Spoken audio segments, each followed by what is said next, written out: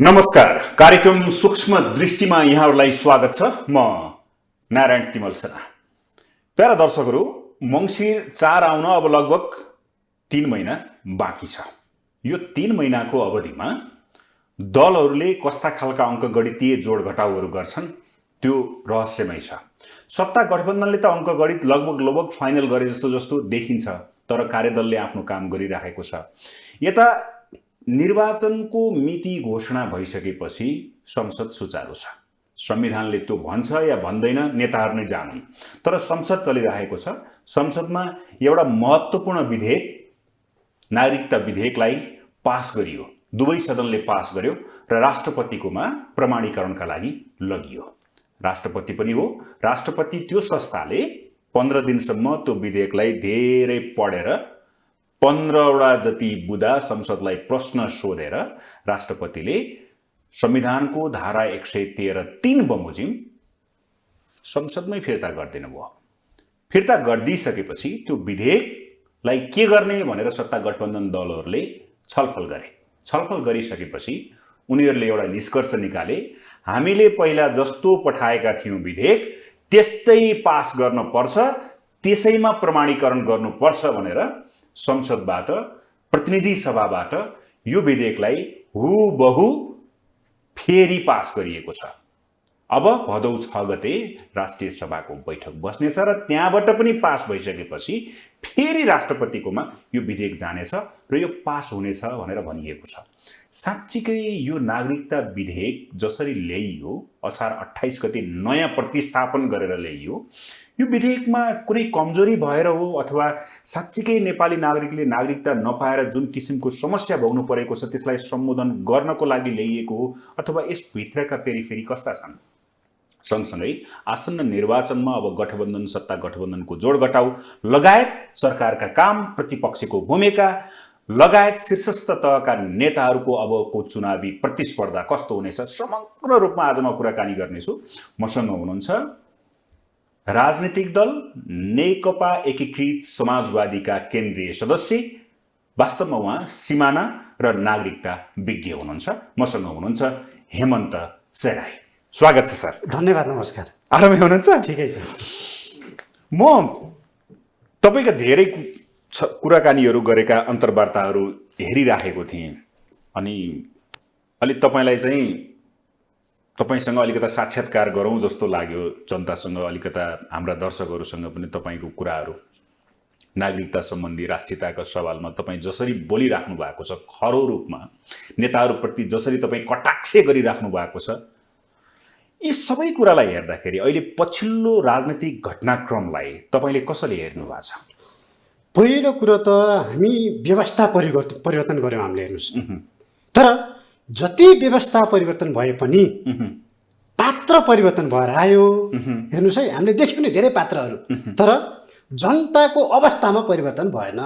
व्यवस्था त परिवर्तन भयो, जनताले चाहेको त्यो थियो होइन, तर व्यवस्था परिवर्तन सँगसँगै जनताले हाम्रो अवस्था परिवर्तन होस्, मुलुकको अवस्था परिवर्तन होस् भन्ने चाहेको थियो। हेर्नुहोस्, तर त्यो कुरा पछिल्लो क्रममा झन् राजनीतिक घटनाक्रम विकसित हुँदै गइसके पछाडि त्यो झन् न्यून हुँदै गयो। हेर्नुहोस्, जनताको जे आशा थियो, जे अपेक्षा थियो होइन, नेताहरूबाट, त्यसमा पनि शीर्ष नेताहरूबाट र राजनीतिक दलहरूबाट जे अपेक्षा थियो त्यो अपेक्षा चाहिँ पुरा हुन सकेन। हेर्नुहोस्, त्यसमा मलाई ग्लानि छ। हेर्नुहोस्, हाम्रा देशका अहिले भइरहेका नेताहरूप्रति मलाई तपाईँको ग्लानि छ क्या।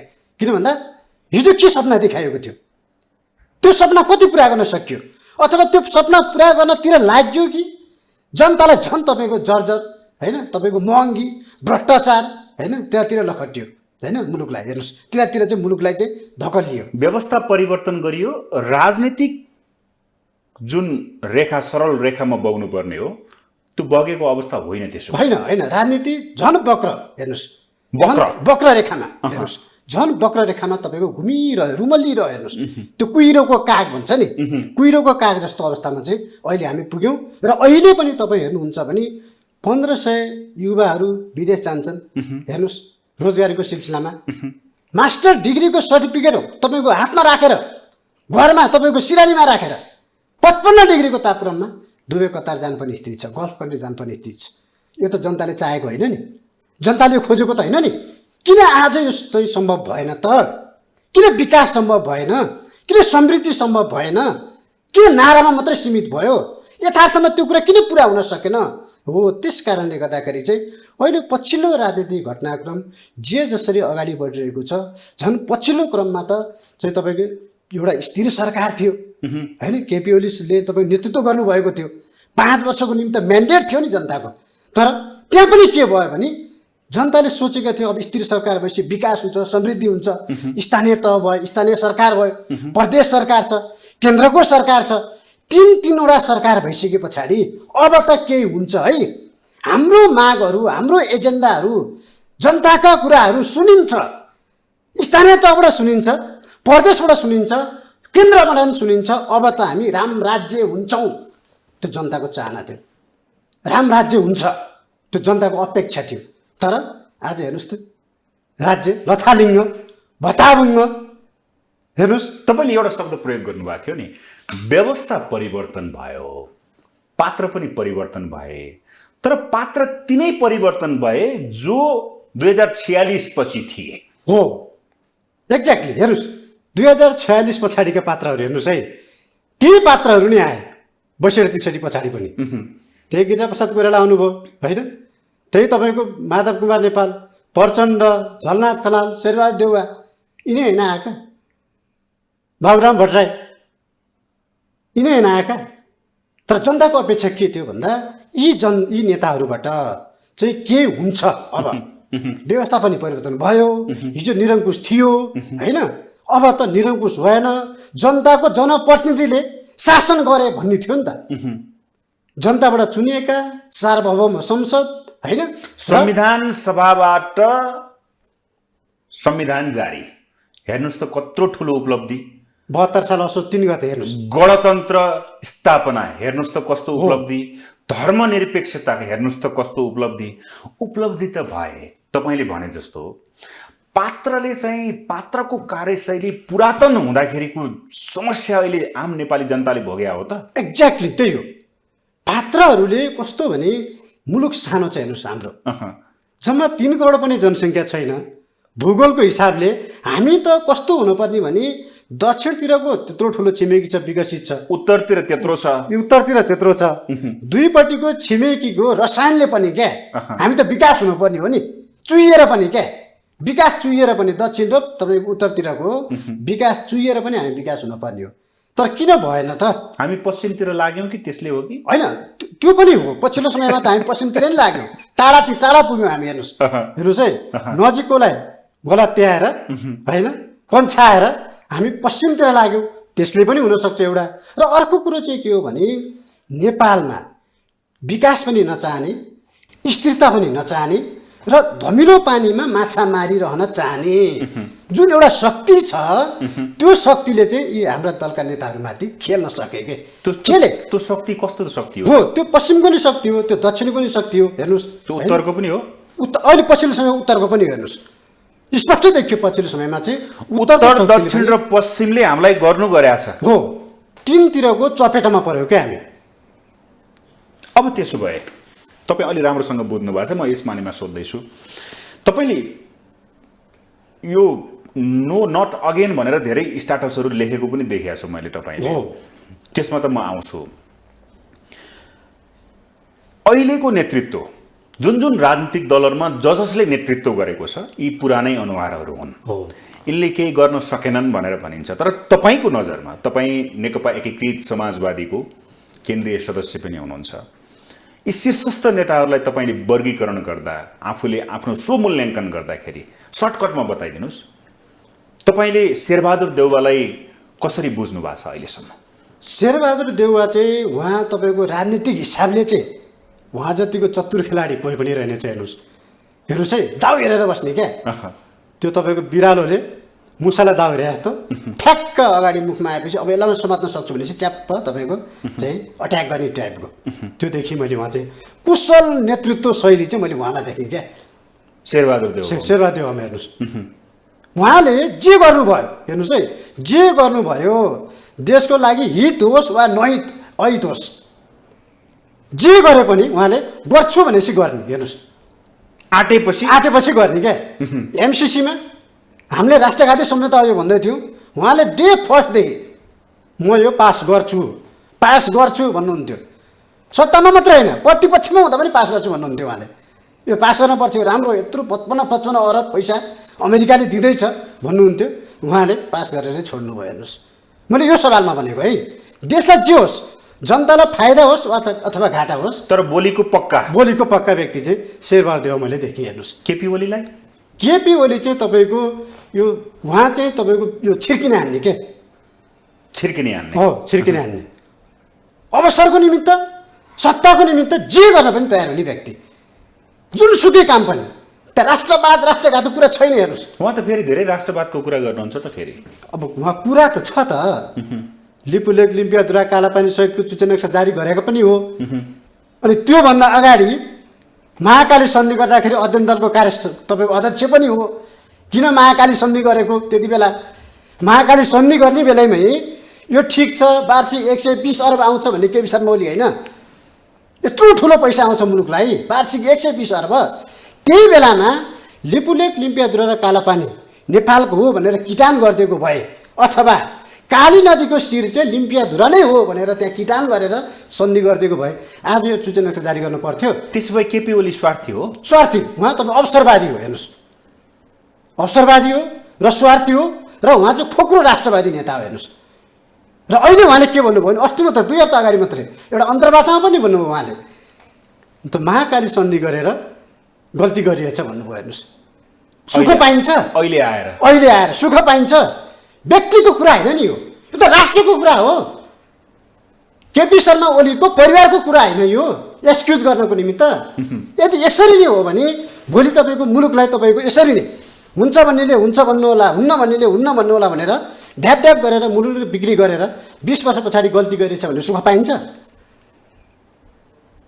हो त्यस कारणले गर्दाखेरि उहाँ चाहिँ सत्ताको निमित्त जे पनि गर्न तयार हुने र अवसरवादी नेताको रूपमा चाहिँ म उहाँलाई चिन्छु हेर्नुहोस् प्रचण्ड तपाईँको ढुलमुले प्रवृत्ति हेर्नुहोस् उहाँको चाहिँ के गर्न हुन्छ के गर्न हुँदैन त्यसको राम्ररी हिसाब किताब नराख्ने र पछाडि पछुताउने गल्ती गरिएछ भन्ने हेर्नुहोस् गल्ती चाहिँ सहजै स्वीकार्ने गल्ती गरिएछ हेर्नुहोस् यस्तो भयो बल्ल पछुताए भन्ने त्यो टाइपको उहाँ चाहिँ ढुलमुले प्रवृत्तिको नेता तर ढुलमुले हुँदाहुँदै पनि उहाँकै एजेन्डामा उहाँकै पार्टीकै एजेन्डामा देश चलिराखेको छ त्यसकारण कसरी ढुलमुले हुनुभयो उहाँ म गतिशील छु म स्थिर छैन अस्थिर छु उहाँ त भन्नुहुन्छ त फेरि हो त्यही भएर त धेरै गतिशील हुँदाखेरि नेतामा एउटा तपाईँको संवेदनशीलता हुनुपर्छ क्या होइन काम गर्नुभन्दा अगाडि 3 चोटि सोच्नुपर्छ नेताले राजनेताले त्यो हो गर्ने तर उहाँ चाहिँ तपाईँ हतारमा निर्णय गरिदिने फुर्सदमा पछुताइदिने र एक्सक्युज गरिदिने बिग्रिसके पछाडि एक्सक्युज गरेर त्यो सप्रेर आउँछ र हो त्यो कुरा चाहिँ उहाँमा देखिन्छ हेर्नुहोस् ओके माधव कुमार नेपाल तपाईँको अध्यक्ष माधव कुमार नेपाल चाहिँ मैले आज मेरो अध्यक्ष भएर मात्रै होइन हिजो एमालेमा हुँदाखेरि नै देखेको चाहिँ एउटा कुशल सङ्गठक शान्त नेता तर कसरी तपाईँको हेपेर तपाईँ भित्तामा पुर्याउँछु भन्यो भने चाहिँ त्यसको प्रतिशोध पनि गर्ने नेता हेर्नुहोस् प्रतिशोधी नेता त्यो त्यसको भित्तामा पुर्याउँछु भन्यो भने होइन आफूले गरेको काम अरूले इनिसिएसन लिएर भित्तामा पुर्याउँछु भन्यो भने चाहिँ त्यसको प्रतिशोध गर्न सक्ने नेता हेर्नुहोस् गर्छु भनेपछि गर्ने नेता हेर्नुहोस् त्यो रूपमा मैले उहाँलाई चिनेको छु हिजोदेखि आजसम्म झलनाथ खनालमा चाहिँ मैले त्यस्तो डिटेक्टिभ पावर देखिनँ हेर्नुहोस् है ठ्याक्कै चाहिँ तपाईँको ल निर्णय प्रक्रियामा ल यो हो ठ्याक्कै गर्नै पर्छ भनेर अगाडि बढ्दा चाहिँ तपाईँको उहाँ चाहिँ अलिकति खुट्टा लरबराउने टाइपको ठ्याक्कै तपाईँको चाहिँ निर्णय नै गर्न नसक्ने टाइपको क्या खुट्टा लरबराउने जान त खोज्ने उद्देश्यमा पुग्न त खोज्ने प्रयास गर्ने होइन हतपत राष्ट्रघात चाहिँ नगर्ने तर तपाईँको हुन्छ कि हुँदैन भनेर खुट्टा लरबराउने टाइपको नेता हेर्नुहोस् अब त्यसो भए उपेन्द्र यादवलाई तपाईँले कसरी बुझ्नुहुन्छ उपेन्द्र यादव लगायतका अब मधेसी दलहरूको कुरा त अब त्यो स्पष्ट देखिएकै छ हेर्नुहोस् उहाँहरू भनेको हिजो उपेन्द्र यादव राष्ट्रिय राजनीतिमा आउँदै गर्दाको अवस्था र आजको अवस्था हेर्नुहोस् उहाँ भनेको अहिले देखिँदाखेरि चाहिँ तत्कालीन अवस्थामा देखिँदाखेरि चाहिँ उहाँ एउटा इगो छ हेर्नुहोस् मधेसप्रतिको एउटा विभेद छ हामीलाई विभेद छ दौरा सुरुवाल र ढाका टोपी लाउनेले हामी माथि विभेद गरेको छ, त्यही कारण यो विभेदलाई चिर्नुपर्छ भनेर यो प्रतिशोध लिने टाइपको त्यो खालको छ। त्यो खालको उहाँको अब स्वाद त्यसो देखिन्छ। भए एउटा कुरा के हुन्छ भने परिवर्तनपछि नेता जन्मिन्छ, नेतापछि राजनेता जन्मिन्छ भन्छन् नि। हो। अब 62-63 10 वर्ष सशस्त्र द्वन्द्व 46 पछि भनौँ न, अहिलेसम्म आउँदाखेरि यो देशमा राजनेता जन्मिएन है। त्यसो भए मैले अहिले ठ्याक्कै तपाईँको फलानु नै हो राजनेता भनेर भन्न सक्ने स्थिति छैन। हेर्नुहोस्, अब यी सबैलाई मूल्याङ्कन तपाईँको आफ्नो आन्तरिक मूल्याङ्कनमा जसरी बताउनु भयो आम दर्शकलाई, यिनीहरूभन्दा त यो नेता चाहिँ अलिकता माथि छ है भन्ने त्यस्तो लाग्छ कुनै नेता? अब हेर्नुहोस्, अब चाहिँ हो मैले त्यही भएर भनेको से नो नट अगेन होइन, मैले यो अभियानै सुरु गरेको छु, त्यही भएर सुरु गरेको। अहिले भइरहेको पुस्ता तपाईँले पात्र हेर्नुहोस् है, हामीले पात्रको चिरफार गऱ्यौँ, पात्र हेर्नुहोस्, तुलामा राख्नुहोस् यिनीहरूलाई। कोही पनि घटी बढी तपाईँको 1 इन्च पनि घटी बढी मैले देखिनँ। हेर्नुहोस् है, नदेखिसके पछाडि हेर्नु त अहिले अवस्था, देशको प्रधानमन्त्री छ, एउटा कार्यक्रममा जान्छ, स्थिर बस्न सक्दैन, रियाल चुहाउँछ, यो के हो? यो कस्तो व्यक्ति छानिरहेका छौँ। हेर्नुहोस्, देशको प्रधानमन्त्री छ, 2टा 3टा 4वटा किड्नी झुन्ड्याएर हिँडेको छ, आफ्नो शरीर धान्न सकेको छैन, मुलुक धान्छु भन्छ। अझै हेर्नुहोस्, आफ्नो शरीर धान्न सक्दैन, 3टा 4वटा किड्नी झुन्ड्याएर हिँडेको छ, तर पनि के भन्छ भने म मुलुक धान्छु, अझै एकपटक मलाई अवसर दिनुपर्छ। 3 पटक सांसद भइसके, 4 पटक सांसद भइसके, पटक पटक मन्त्री भइसके, पटक पटक प्रधानमन्त्री भइसक्दा पनि मुलुक बनाउन नसक्नेले अब के अपेक्षा गरेर जनताले फेरि मत दिएर चाहिँ उहाँहरूलाई तपाईँको प्रधानमन्त्री अथवा मन्त्री प्रधानमन्त्री राष्ट्रपति बनाउँदा चाहिँ त्यो अपेक्षा पुरा हुन्छ क्या जनताको? हो, त्यस कारणले गर्दाखेरि यो माथिल्लो एक लेयर मात्रै होइन, 70 भन्दा माथिको मात्रै होइन कि 60 भन्दा माथिबाटै तपाईँको उहाँहरूको चाहिँ तपाईँको यो देश बनाउने भिजन उहाँहरूमा छैन। किन भन्दा अहिले जति 70 भन्दा माथिका हुनुहुन्छ उहाँहरू एउटा प्रशिक्षित हुनुहुन्छ क्या, 60 र 70 को बिचको पनि केही न केही देखिन्छ उहाँहरूमा, त्यो भाव देखिन्छ क्या। जति राष्ट्रवादी बन्न खोजे पनि होइन, त्यो 70 भन्दा माथिकोले प्रशिक्षण दिएको कारणले गर्दाखेरि उहाँहरूमा पनि केही न केही त्यो देखिन्छ। हेर्नुहोस्, त्यस कारणले गर्दाखेरि उहाँहरूमा मात्र के छ भने सत्ता लिप्सा छ। कसरी हुन्छ? सांसद बन्नै पर्यो, मै बन्न पर्यो, कसरी हुन्छ? चुनाव जित्नै पर्यो, चुनाव जित्नै पर्यो, मैले जित्न पर्यो। त्यही भएर तपाईँले नो नट अगेन भनेर भन्नुभएको छ। यी शीर्षस्थ नेताहरूलाई अब मङ्सिर 4 मा चाहिँ सफा नै गर्नुपर्ने हो। नेपाली जनताले, मैले किन यो भनेको भने अब नेता सुध्रेर मात्रै भएन, सुध्रिन पर्यो जनता। अब हेर्नुहोस्, जनता सुध्रियो भने मात्र सक्षम नेतृत्व आउँछ क्या। अब फेरि जनता एकचोटि बिग्रियो भने को आउँछ भन्दा देवानी प्रधानमन्त्री भएर आउनुहुन्छ। हेर्नुहोस्, प्रचण्ड नै आउनुहुन्छ, माधव नेपाल अथवा झलनाथ खनाल ओली नै आउनुहुन्छ होइन, उपेन्द्र यादव यिनीहरू नै आउँछन् भनिसके पछाडि अब जनताले अपेक्षा गरे चाहिँ के त? फेरि आफू नसुध्रिने अनि नेता भएर नेताले बिगार्यो भनेर हुन्छ? कसले बिगारेर रहेछ भन्दा तपाईँको बिगार्ने त बिउ हो नि, फर्सीको बिउ रोप्ने अनि घिरौँला खान खोजेर हुन्छ?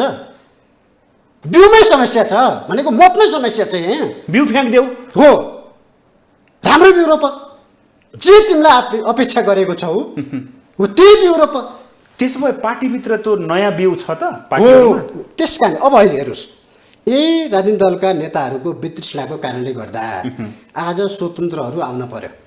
हेर्नुहोस्, हर्क साम्पाङ धरानमा, बालन शाह काठमाडौँमा, गोपी हमाल तपाईँको गोपाल हमाल धनगढीमा। हेर्नुहोस्, स्वतन्त्रहरू देखि अब अहिले सङ्घ र प्रदेशको चुनावमा त झन् स्वतन्त्रहरूको तपाईँको लहरै चढेको छ। हेर्नुहोस्, देशव्यापी अभियान गरेर हिँडेका छन् उनीहरूले। किन भन्दा यो पुस्ताबाट भएन, अब 60 पछाडिका पुस्ताबाट भएन। स्वतन्त्र दिए पनि उनीहरूसँग कुनै एक्सपिरियन्स छैन, त्यो पनि त छ नि सर। होइन, देश चलाउन चाहन्छु नै कुरा छैन, त्यसै चल्छ देश। एक्ज्याक्ट यो कुरा पनि हो। फेरि यसलाई पनि तपाईँको नजरअन्दाज गर्न सकिँदैन। हेर्नुहोस्, किन भन्दा मैले के देखेँ भने यदि देश चलाउने हो भने कर्मचारी प्रशासनदेखि लिएर सबै संयन्त्रलाई ब्यालेन्समा राख्नु पर्यो नि। छिमेकी राष्ट्र होला होइन, अन्तर्राष्ट्रिय सम्बन्धको कुरा होला होइन, यी सबै कुरालाई तपाईँको ब्यालेन्समा राख्नको लागि राजनीतिक दलका नेताहरू कमसे कम पनि राजनीति शास्त्रमा तपाईँको अध्ययन गरेको हुनुपर्छ उसले।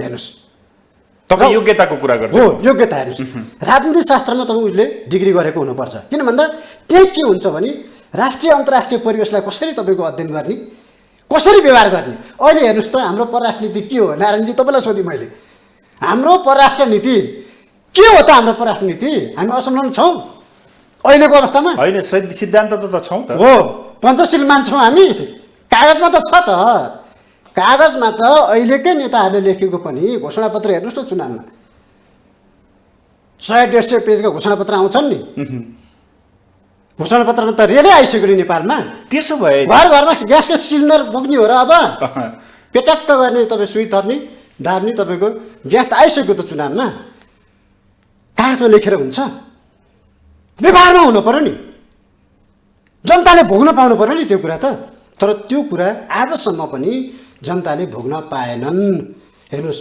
सबै कागजमा चाहिँ सुपर कोटेड भने जस्तो क्या गुलिया कुरा आउने कागजमा त धेरै चिज आए हो तर व्यवहारमा केही पनि देखिएन जसका कारण जनताले दुःख पाउनु दुःख पाए त्यस कारणले गर्दाखेरि स्वतन्त्रहरू अहिले तपाईँको देशभरिबाट आउनुपर्ने स्थिति भयो मेरो प्रश्न त्यहाँनिर होइन आए स्वतन्त्रहरू ठिक छ इट्स फाइन तर त्यही पार्टी स्वतन्त्र आउनु र सङ्गठनबाट चाहिँ जानुमा अलिक डिफ्रेन्ट होला केही एक्सपिरियन्स पनि होला मैले त्यसै देश चल्दैन भने अघि पार्टीभित्र नै त्यो खालको जमात त्यो खालको युवा त्यो खालको 70 भन्दा माथिकोलाई प्रतिस्थापन गर्ने युवा छैन भने हो त्यही भएर मैले भने हेर्नुहोस् है युवा हुनु पर्यो 60 पार्टीभित्र 60 भन्दा तलका युवाहरू होइन जस्तै हामी जस्ता युवाहरू भनौँ न जस्तै अरू काङ्ग्रेसमा पनि छन् होइन माओवादीमा पनि छन् हेर्नुहोस् है अवसर नपाएर क्या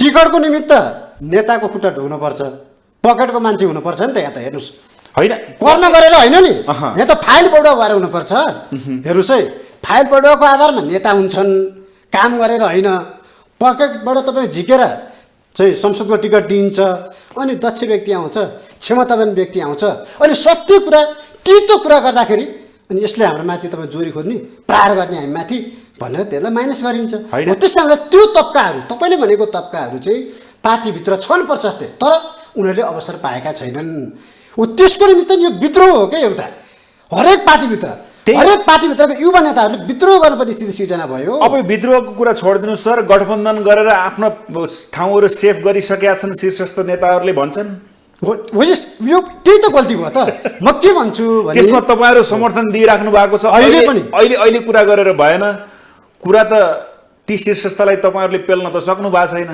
उहाँहरूसँगै जीव हजुर गर्नुपर्ने अवस्था छ त्यही भएर हामीले अभियान सुरु गरौँ विद्रोह सुरु गरौँ अब होइन हरेक राजनीतिक दलका नेताहरूले एउटा मात्रै दलले सक्दैन हेर्नुहोस् एउटा मात्रै दलका नेताहरूले गरेर त्यो हुँदैन यिनीहरूले किचिमिची गरिदिन्छन् हेर्नुहोस् होइन हेमन्त सेनाई अहिले मसँग कुरा गर्दै गर्दा तपाईँको शीर्षस्थ तहले यो कुरा सुन्दाखेरि यसले भ्याउँछ यसलाई टिकट दिन हुन्न भन्यो भने तपाईँको इच्छा चुनावमा जानेछ र भने मैले त के भन्छु भने तपाईँको मिडिया मार्फत लोकप्रिय टेलिभिजन मार्फत के भन्छु भने गठबन्धन पनि गर्न हुँदैन मल्टी पार्टी सिस्टममा हरेक पार्टीले एक्लै लड्ने तपाईँको हैसियत राख्नुपर्छ सङ्गठन बनाउनु पर्छ यो त सब भन्ने कुरा हो गठबन्धन होइन गठबन्धन भयो शीर्ष नेताहरूले यो गरे होइन तर सत्ताको लागि मात्र कुर्सीको लागि मात्र हामीले पार्टी खोलेको हो कि यो दोकान खोलेको हो कि जनतालाई के डेलिभरी दिनको निमित्त नि खोलेको हो क्या पार्टी भन्ने चिज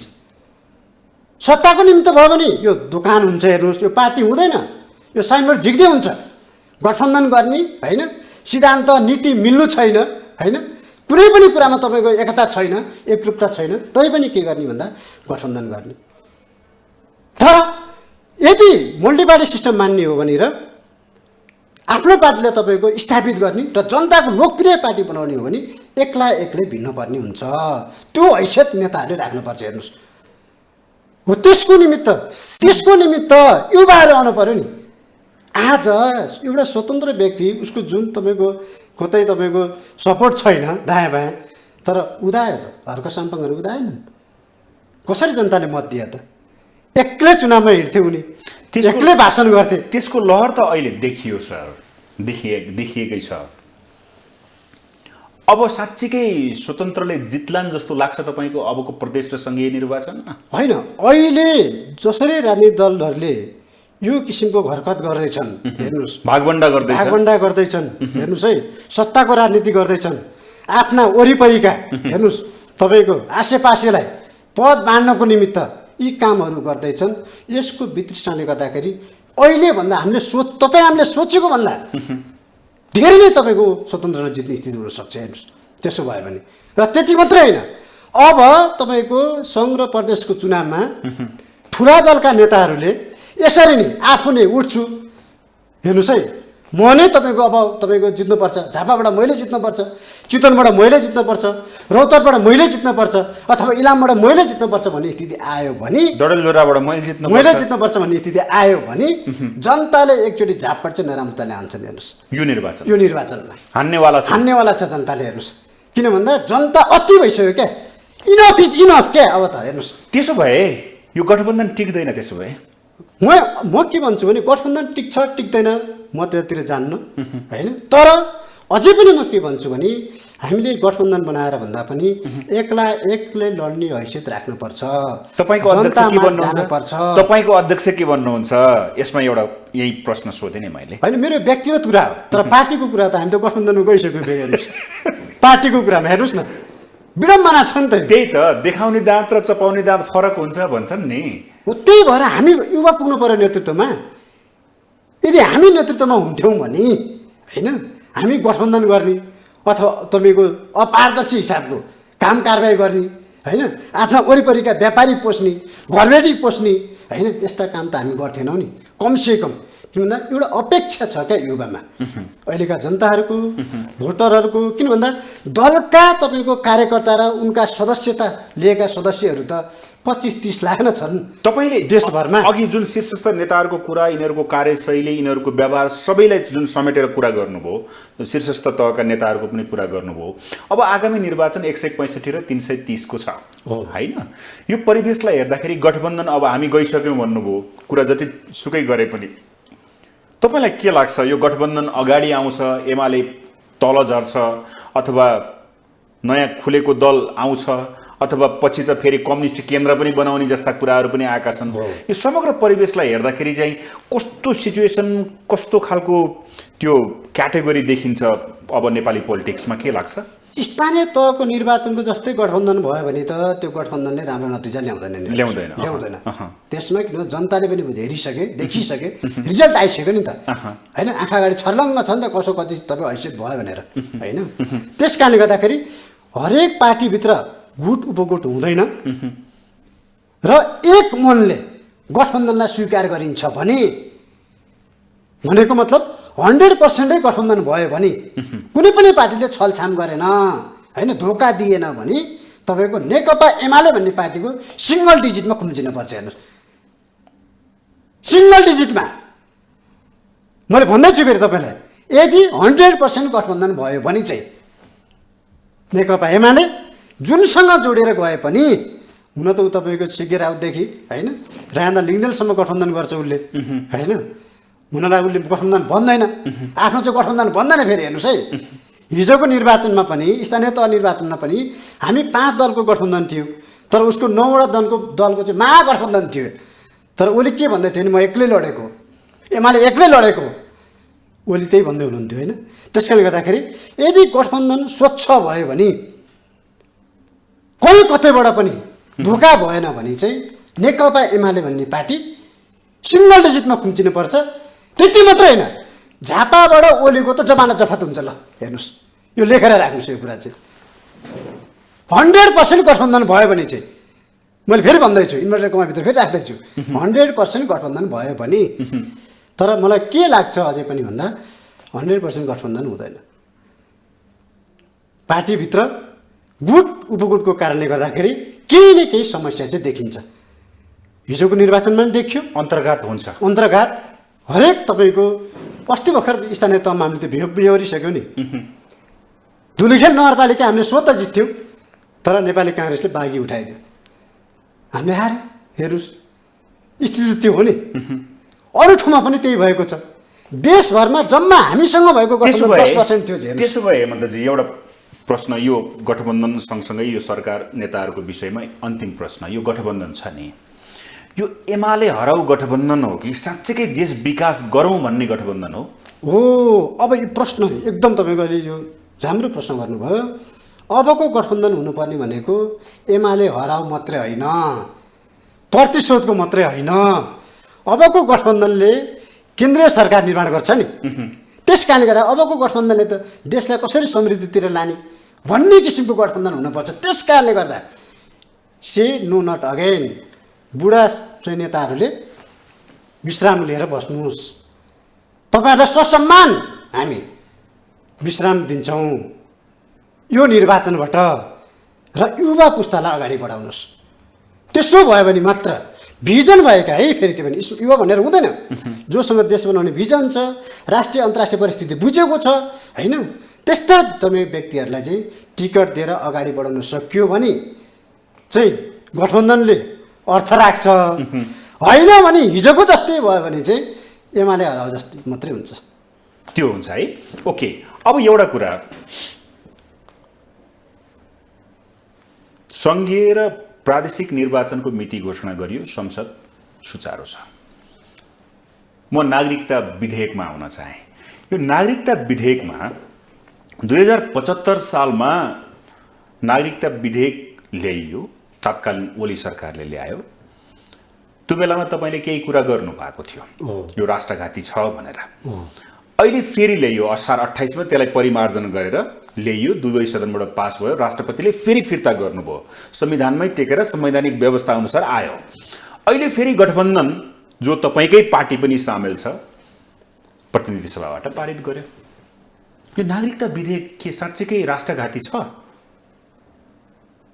नागरिकता ऐन 2063 को लागि संशोधन गर्न भनेको संशोधन विधेयक हो। हेर्नुहोस्, 2075 सालमा यो आयो। हेर्नुहोस्, र अरू विधेयक र नागरिकता विधेयकमा के फरक छ भने नागरिकता विधेयक चाहिँ तपाईँको संविधानमा लेखिएर मात्रै हुँदैन, यसको ऐन बन्नुपर्छ। हेर्नुहोस्, अनि मात्र कानुन बनिसकेपछि मात्र यो चाहिँ लागू हुन्छ। हेर्नुहोस्, नागरिकता विधेयकको सन्दर्भमा ऐन बन्नुपर्छ र कानुन बनिसके पछाडि यो लागू हुन्छ। राज्य व्यवस्था समितिमा छलफलमा रह्यो, यो दफावार छलफलमा थियो।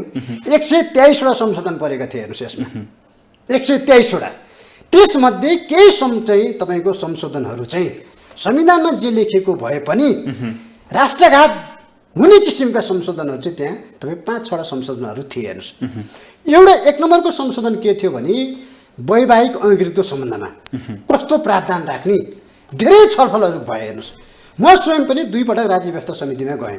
हेर्नुहोस्, र हामीले पनि त्यहाँ सुझावहरू दियौँ, कमसेकम रेसिप्रोसिटीलाई मानौँ है, भारतमा यो प्रावधान छ, किन भन्दा हाम्रो त खुला सिमाना छ नि त भारततिर। त्यस कारणले गर्दाखेरि कमसेकम भारत जस्तै हाम्रो हुन पर्यो प्रावधान। अझै भारतले त के राखेको छ भने नेपाली चाहिँ भारत बिहे गरेर गयो भने 7 वर्ष पछाडि प्रक्रिया सुरु हुने हो। हेर्नुहोस् है, प्रक्रिया चाहिँ 7 वर्ष पछाडि सुरु हुन्छ, र अन्तिम 7 वर्षमा भनेको अन्तिम 1 वर्ष चाहिँ त्यो नेपाली चेली 365 दिनै भारतमा बसेको हुनुपर्छ। तर यही कुरामा सडाई सर, नेपाली चेली भारतमा विवाह गरेर गइन्, उनले आधार कार्ड, रासन कार्ड, के कार्ड पाउँछन्, तिनले सबै काम बन्छ, तिनैका आधारमा त्यहाँ सबै सम्पूर्ण काम गर्न उनले पाउँछन्।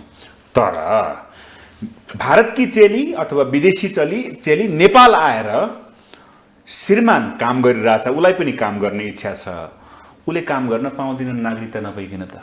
हो, दुईटा कुरा यसमा। हेर्नुहोस्, समस्या त छ नि। हो, हेर्नुहोस्, भारतले तपाईँले आधार कार्डको कुरा गर्नुभयो नि होइन, भारतले दिन्छ त्यो। हेर्नुहोस्, रासन कार्ड दिन्छ, त्यो भनेको राजनैतिक अधिकार होइन, प्रशासनिक अधिकार होइन। राजनैतिक र प्रशासनिक अधिकार बाहेक अरू अधिकार दिन मिल्ने खालको हामी येल्लो कार्डको व्यवस्था गरौँ न त, त्यो 7 वर्षको ग्यापको लागि होइन, त्यो सक्छौँ हामीले। कमसेकम रेकर्डको व्यवस्था पनि हुन्छ। अहिले त के रहेछ भने नारायणजी, कति भारतीय चेली अथवा अरू कति विदेशी चेली नेपालमा बिहे गरेर आए, त्यो रेकर्डै छैन गृह मन्त्रालयसँग। हेर्नुहोस्, नेपाल सरकारसँग रेकर्ड छैन, जबकि भारत सरकारले त्यो सबै रेकर्ड गरेर राखेको छ। त्यस कारणले गर्दाखेरि भारतले दिएको जस्तै हामीले पनि येल्लो कार्ड दिउँ 7 वर्षको लागि, त्यस पछाडि बल्ल प्रक्रियामा छिरौँ र नागरिकता दिउँ, त्यो त सकिन्छ नि। तपाईँले अघि भन्नुभयो नि, राज्य व्यवस्था परामर्श समितिमा धेरै छलफल भयो यस विषयमा।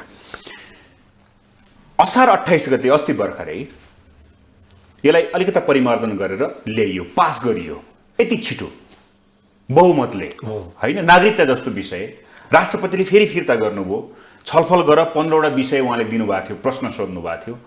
कुनै छलफल नगरिकन पास गर्नुपर्ने बाध्यता किन? तपाईँको पार्टीलाई त्यो बाध्यता किन? तपाईँ यसरी बोलिराख्नु भएको छ, नेकपा यसको केन्द्रीय सदस्य हुनुहुन्छ, पास गर्नु किन पर्या थियो? हो, यो किन छलफल भएन? एक्ज्याक्टली यो आम जनताको प्रश्न हो। हेर्नुहोस्, आम नागरिकको प्रश्न नै के हो भने हिजो पनि केपी शर्मा ओलीको पालामा पनि सरकार ढल्ने बेलामा ढल्ला ढल्ला जस्तो भइसके पछाडि अध्यादेश मार्फत हेर्नुहोस् संसद विघटन गरेर चोर बाटोबाट हेर्नुहोस्, ढोकाबाट होइन झ्यालबाट अध्यादेश मार्फत किन यो विधेयक ल्याउनु परेको? यो कसको एजेन्डा हो? होइन, राष्ट्रपतिले किन सही गर्नु परेको त्यतिखेर? हेर्नुहोस् है, त्यतिखेर किन राष्ट्रवादी देखिएको? यो विधेयकमा कुनै पनि राष्ट्रघात छैन भनेर राष्ट्रपतिले साइन गर्नुभयो होला, त्यतिखेर पढेरै गर्नुभयो होला नि त, होइन? त्यति बेला किन ठिक भयो, अहिले किन बेठिक भयो? यही तपाईँको विधेयक अध्यादेशबाट चोर बाटोबाट आउँदाखेरि ठिक, सही बाटोबाट जाँदाखेरि बेठिक किन भयो? मैले भन्नु खोजेको के भने राष्ट्रपतिको निर्णय मौसमी हुनु हुँदैन, मौसम अनुसारको राष्ट्रपतिले निर्णय गर्ने होइन।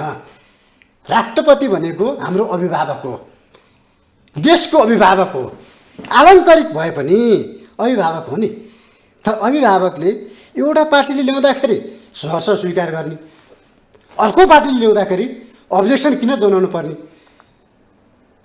त्यो किन भयो? मैले भनेको किन भन्दा किन हामी यस्तो निर्णय गर्छौँ?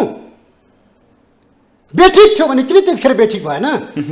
अहिले किन बेठिक भयो? त्यसैले गर्दाखेरि किन भन्दा हाम्रो भारतसँगको सम्बन्ध हेर्नुहोस्, रोटीबेटीको सम्बन्ध हो, भाषा सांस्कृतिक सम्बन्ध हेर्नुहोस्, सबै किसिमको सम्बन्ध। चीनतिर हाम्रो मिल्दैन, तर भारततिर 95% मिल्छ हेर्नुहोस्, र खुला सिमाना छ। र 1950को सन्धिले नि के भनेको छैन भने नेपाल भारतको सिमाना खुल्ला छ अथवा खुल्ला राख्नुपर्छ भन्ने कुरा 1950को सन्धिमा नि स्पष्ट छैन। हेर्नुहोस्, खुल्ला सिमानाको प्रावधानै छैन। हेर्नुहोस्, हामी तारबार गर्न सक्छौँ हाम्रो सिमानामा, तर दक्षिणतिरबाट के भएको छ भने अहिले खुल्ला सिमाना, जनसङ्ख्यिक अतिक्रमण र नागरिकता वितरण। नागरिकता भनेको मान्ने कुरा हो भने तपाईँले मैले नागरिकता लिँदाखेरि हामी सिडिओ कार्यालयमा गयौँ कि सिडिओ कार्यालय घर घरमा आएर नागरिकता दियो? 2009, 2019, 2036, 2046 र 2063 हो। यहाँनिर कस्तो भने तपाईँ त अलि नागरिकतामा अलि प्रखर हुनुहुन्छ, यो नागरिकता भन्ने चिज छ नि, यो यति सस्तो हुन्छ र भनेर घर घरमा गएर ल तिमीलाई नागरिकता लौ भनेर वितरण गर्ने हो कि अब म काम गर्ने भएँ, म बालिक भएँ, मैले नागरिकता बनाउनु पर्यो, म सरकारी कामकाजमा जानु पर्यो अथवा म कहीँ बाहिर जानु पर्यो, म योग्य छु, मलाई देऊ, मेरो यो प्रमाण छ भनेर बुझाउन जानियो कि तेरो प्रमाण पनि छ ल भनेर दिने हो यो नागरिकता? हो, संसारका 93 मुलुकको मैले नागरिकता नीति अध्ययन गरेँ। 93 मुलुकमा 92 मुलुकमा चाहिँ नागरिकता बाँडिँदैन। हेर्नुहोस्, नागरिकता अधिकारको कुरा हो र यो राष्ट्रियतासँग जोडिएको छ। त्यस कारणले गर्दाखेरि व्यक्ति बालिक भइसके पछाडि आवश्यक प्रमाणपत्र लिएर सिडिओ कार्यालयमा गइसके पछाडि सिडिओले जायज ठानेको खण्डमा नागरिकता लिनको निम्ति सिडिओ कार्यालयको नागरिकता फाँटमा जाने हो क्या? सिडिओ कार्यालय चाहिँ व्यक्तिको घरमा जाने होइन हो। यो हामीले किन बुझाउन सकेनौँ? किन हामी बुझाइरहेका छौँ भन्दा यो नितान्त दक्षिणको तपाईँको योजना हेर्नुहोस्, डिजाइनै दक्षिणको हेर्नुहोस्, र दक्षिणको डिजाइन अनुसार उसको योजना पुरा गर्नको निमित्त, बेस्टेड इन्ट्रेस्ट पुरा गर्नको निमित्त हाम्रा यहाँ चाहिँ भएका राजनीतिक दलका नेताहरू, शीर्ष नेताहरू चाहिँ तपाईँको त्यो काम गर्नको निमित्त सत्तासँग त्यो सौदाबाजी गरिरहेका छन्। ग्रान्ड डिजाइनको भित्री रहस्य के हुन सक्छ? अब तपाईँ हामी स्पष्ट छौँ, सिक्किम भारतमा कसरी विलय भयो, त्यहाँ त लेन्डुपीहरू हुँदाखेरि हो, अहिले यहाँ पनि त उत्पादन गर्न खोजिरहेको छ, उसले लेन्डुपी जन्मन खोजिरहेको छ नि त।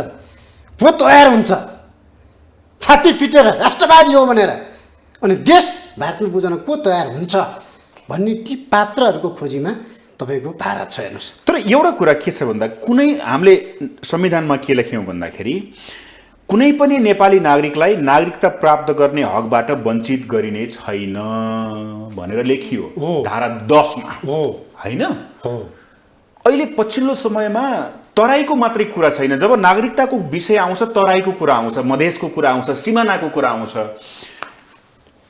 धेरै पहाडका युवाहरू पनि यो नागरिकताबाट वञ्चित भएको अवस्था छ। यो त सत्य हो नि। हो, भनेपछि त आवश्यकता रहेछ त। हेर्नुहोस्, यसमा दुईटा कुरा छ।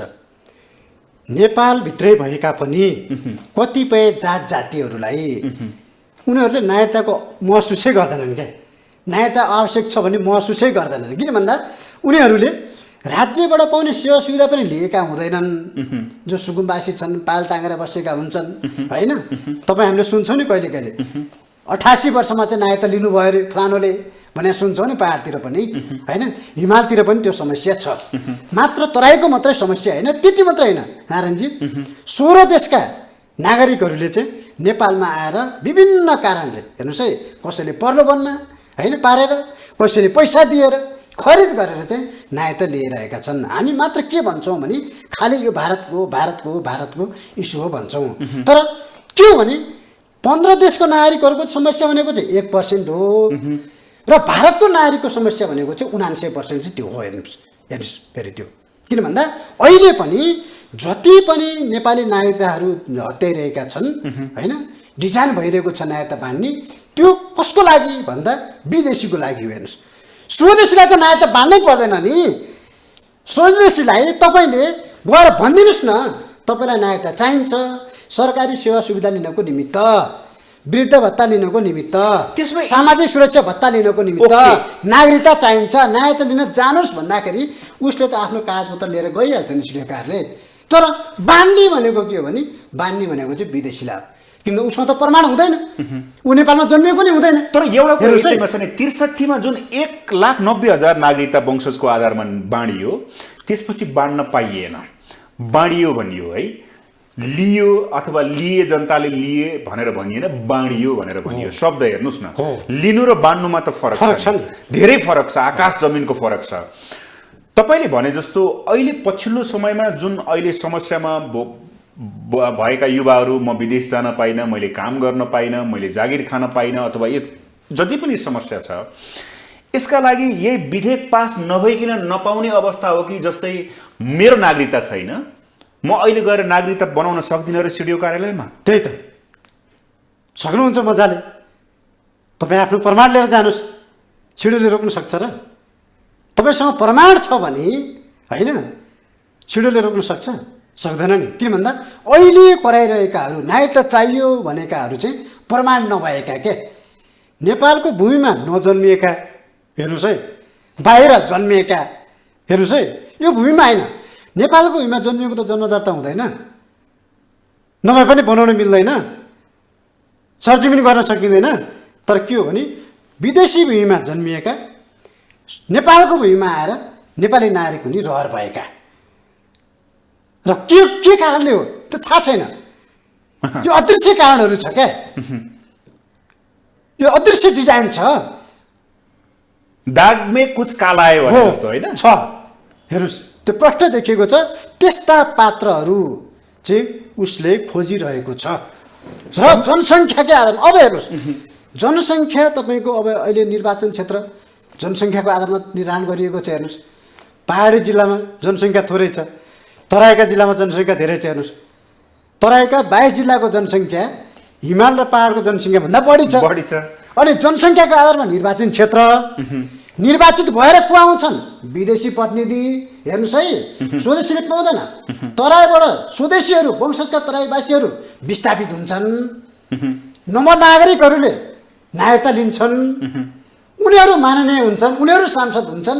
अनि अहिले जस्तै नागरिकता विधेयक जसरी पास भयो, हुन्छ भन्नेले हुन्छ भन्नु होला, हुन्न भन्नेले हुन्न भन्नु होला भनेर देश चाहिँ ल हुन्छ भनेर भारतमा विलय गराउने डिजाइन हो। हेर्नुहोस्, यसरी नै हुन्छ। यो दीर्घकालीन योजना, यो दीर्घकालीन योजना। जसरी अहिले पहिलोपटक तपाईँको नागरिक अस्ति विधेयक पास हुँदाखेरि एमाले अनुपस्थित भइदियो नि अधिकांश सांसद, जम्मा 3 दर्जनले होइन हुन्छ भनेर ढ्यापढ्याप गरेको सांसद त कतिजना थिए अहिले? तपाईँको पार्टीले त हुन्छ भन्यो त। हाम्रो पार्टीको अधिकांश सांसदले हुन्छ भनेको छैन। हेर्नुहोस्, अधिकांश सांसदले, केही सांसदहरूले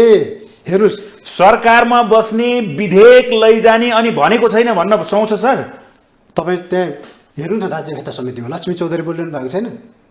हाम्रै पार्टीको सांसद हो त। अहिले त समितिमा जाँदै गएको छैन, संसदको कुरा गर्दैछु मैले। हो, त्यस कारणले गर्दा हाम्रो पार्टीका अधिकांश सांसदले यो विधेयकको विरुद्धमा छन्। भनेपछि- तर केही सांसदहरू चाहिँ उहाँहरूलाई सरकार जोगाउनु होला, सत्ता टिकाउनु होला, के स्वार्थ होला, नीति अब भोलि टिकटको कुरा होला। ओके, यो सबै कुरा त्यसो भए यी सबै नेताहरू लेन्डुप हुँदै लागेका हुन् त? त्यो पथतिर चाहिँ यी नेताहरू चाहिँ जान खोज्दैछन्। राष्ट्रपतिले प्रश्न गर्नुभयो, प्रश्न हामी उत्तर दिँदैन, पास हुबहु पास गर्नुपर्छ। हिजो त प्रतिनिधि सभाबाट पास भयो, हो, अब राष्ट्रिय सभाबाट भदौ 6 गते भनिएको छ। त्यहाँबाट नि पास हुन्छ हेर्नुहोस्। अब के हुन्छ त सर? हो, नागरिकता त आउने भयो त, ऐन कानुन बनेर आउने भयो त, प्रमाणीकरण गरेर। अब यसमा हेर्नुहोस्, अब यो स्थितिबाट हेर्नुहोस् है, राष्ट्रपतिज्यूले 15वटा तपाईँको सुझाव दिनुभएको छ। सुझावलाई नजरअन्दाज गरेर हेर्नुहोस् है, व्यवस्था गरेर फेरि राष्ट्रपतिज्यूबाट यो गइसके पछाडि हेर्नुहोस् है, राष्ट्रपतिज्यूले यसलाई दराजमा तन्काइदिनुपर्छ। अब तपाईँ द्वन्द्व सिर्जना हुनसक्छ। हेर्नुहोस्, सरकार तपाईँले तन्काइदिनु त्यो पर्छ। सस्तो हेर्नुहोस् है, द्वन्द्व सिर्जना हुनसक्छ। र त्यस पछाडि कतै तपाईँको विदेशीले चाहेको जस्तै यहाँ फेरि आन्तरिक द्वन्द्व सिर्जना गरिदिने, दुवै पक्षले तपाईँको रस्साकसी गर्न थाल्यो भने राष्ट्रपतिले आफ्नो अधिकार प्रयोग गरिन् भने के हुन्छ स्थिति? मुलुकलाई फेलियर स्टेट बनाउने त्यही हो डिजाइन, फेरि द्वन्द्वतिर धकल्ने त्यही हो डिजाइन। हुँदा तपाईँको व्यवस्थामाथि प्रश्न चिन्ह उठ्न सक्छ। तपाईँले भन्नुभयो कि अब यो विधेयक पास गरेर गयो भने राष्ट्रपतिकोमा, राष्ट्रपतिले दराजमा थन्काउनुपर्छ, हो, लागू गर्न हुँदैन।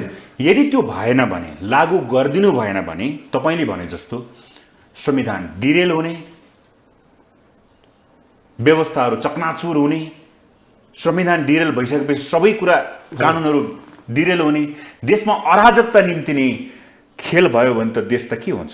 अब हेर्नुहोस्, यहाँ स्पष्ट लेखिएको छ। हेर्नुहोस्, यो तपाईँको धारा 113 को 4 मा स्पष्ट के लेखिएको छ भने राष्ट्रपतिले कुनै विधेयक सन्देशसहित फिर्ता गरेमा, हेर्नुहोस् सन्देश सहित छ नि यो विधेयक, 15 प्रश्नको त सन्देश छ। हो, सन्देश छ। त्यस्तो विधेयकमाथि दुवै सदनले पुनर्विचार गरी, पुनर्विचार भयो त यहाँ भएन नि, त्यस्तो विधेयक प्रस्तुत रूपमा वा संशोधन सहित, संशोधन पनि भएन, पारित गरी पुनः पेश गरेमा त्यसरी पेश भएको 15 दिनभित्र राष्ट्रपतिले प्रमाणीकरण गर्नेछ भनेको छ। तर राष्ट्रपतिको संशोधनको पनि कुरा, सुझावको पनि यहाँ सुनवाई भएन होइन, र यसलाई संशोधन पनि गरिएन भनिसके पछाडि त राष्ट्रपति त बाध्यकारी छैन नि। अब हेर्नुहोस्, दुईटा बाटो छ। अब राष्ट्रपतिले बाध्यकारी हुने बाटो, यदि सुझावलाई संशोधन गरेर आएको भए, सुझाव सहित हेर्नुहोस् है, 15वटा सुझाव मध्ये 5-6वटा मात्रै पनि संशोधन गरेर, एउटा मात्रै भए पनि संशोधन गरेर आएको भए राष्ट्रपति बाध्य हुन्छ कि यो प्रमाणीकरण गर्नुपर्छ। तर यहाँ के गरियो भन्दा कमसेकम 15वटा सुझावको लागि 2 हप्ता छलफल चलाइएको भए, दुवै सदनमा 3 दिनै छलफल चलाइएको भए र 15वटा मध्ये एउटा मात्रै पनि तपाईँको चाहिँ संशोधन गरिएको भए, संशोधन सहित भन्ने कुराले यसलाई चाहिँ तपाईँको समेट्थ्यो र बाध्यकारी हुन पर्थ्यो।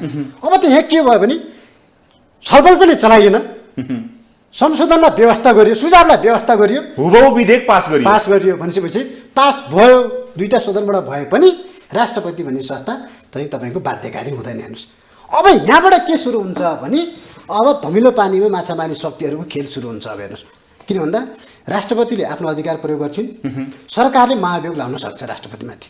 हेर्नुहोस्, किनभने उता गर्न चाहेको छ नि त, जसरी पनि जस्ताको तस्तै पास गराउन चाहेको छ नि। त्यसो हुँदाखेरि अब दुईवटा संस्था, हेर्नुहोस्, कार्यकारी प्रधानमन्त्री, सरकार र राष्ट्रपति बीच टसल हुने सम्भावना म देख्छु। हेर्नुहोस्, संविधानको संरक्षक विरुद्ध नै सरकार उत्रिने सम्भावना हुन्छ। हेर्नुहोस्, त्यसो हुँदाखेरि किन त देखियो नि त यहाँ त। हेर्नुहोस्, त्यो भयो भने मङ्सिर 4 को निर्वाचन पनि प्रभाव पर्छ। हो, त्यसो हुँदाखेरि मङ्सिर 4 को चुनावै होइन कि, मैले तपाईँलाई अहिले पनि भने, म फेरि भन्छु, व्यवस्थामाथि नै तपाईँको प्रश्न चिन्ह हुनसक्छ, मौका छोप्न सक्छन्। हेर्नुहोस्, जसले तपाईँको कमजोर होस् यो व्यवस्था, जनताबाट नै चारैतिरबाट तपाईँको चाहिँ असन्तुष्टि होइन, यी सबै कुरा भइसके पछाडि के हुन्छ भने त्यो जुन शक्तिले तपाईँको व्यवस्थामाथि तपाईँको धावा बोल्दै आइरहेको थियो त्यो शक्तिलाई तपाईँको चाहिँ उपयुक्त समय चाहिँ यो हुनसक्छ। हेर्नुहोस्। धेरै धेरै धन्यवाद छ सर। धन्यवाद, नमस्कार। उहाँ हुनुहुन्थ्यो नेकपा एकीकृत समाजवादीका केन्द्रीय सदस्य सिमाना र नागरिकता विज्ञ हेमन्त सेराई। हवस् त आजको लागि कार्यक्रम सूक्ष्म दृष्टि यति नै। सम्पूर्ण टिमसहित मलाई पनि आज्ञा दिनुहोस्। नमस्ते।